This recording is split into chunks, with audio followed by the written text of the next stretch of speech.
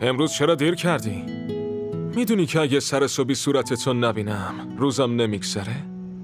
امروز دیر شد. تو عشق باید یه خورده ضرر کرد. تو خیابون اینطوری نگو، یکی میشنوه. حواستو جمع کن. پس بذار بشنون. عاشقی که گناه نیست. مامان میگه سایره باید ازدواج کنه. بابا میگه که سایره تو همین محل ازدواج میکنه، ولی اول سایره باید دانشگاهشو تموم کنه. به همین راحتی.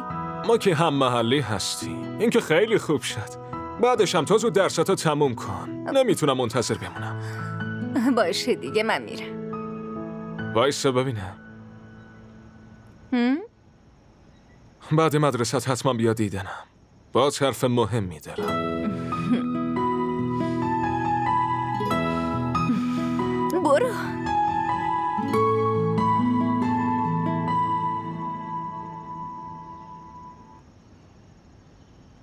چی شد؟ ببینم دیدیش یا نه؟ بهش گفتم بعد از مدرسه باید باش حرف بزنم. چه حرفی میخوای بزنی؟ این حرف. واقعا؟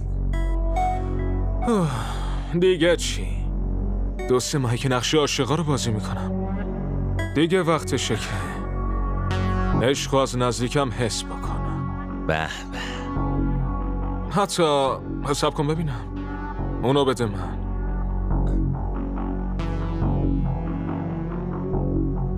این چیه؟ این کارت حافظه است. ما هم فیلم درست میکنیم.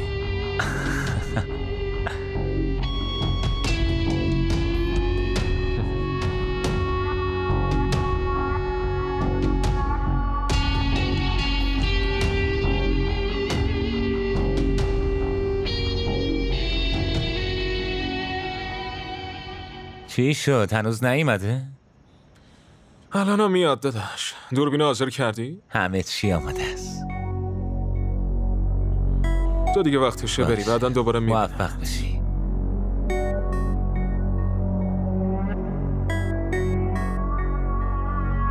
خدا رو شکر که اومدی. این انتظار آدمو میکشه. حالا که اومدم بگو حرف مهم چی بود؟ اول بیا داخل یکم بشین. نه نمیشه، باید زود حرفتو بزنی. الان یکی میاد. واسه اینم یه راه حلی دارم.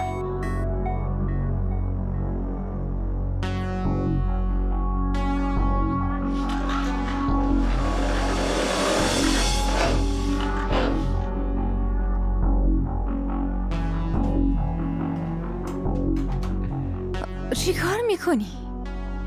دیوونه، من دوستت دارم. اگه کسی آبروتو ببره من باید برم بمیرم. من میخوام هرچه زودتر مال من بشی. فهمیدی چی میگم؟ تو خونه باشو، منم درآمد کسب میکنم. هرچی که بخوای و فراهم میکنم. باشه، ولی یه خورده برو عقب‌تر. تو چرا میترسی؟ مگه به من اعتماد نداری؟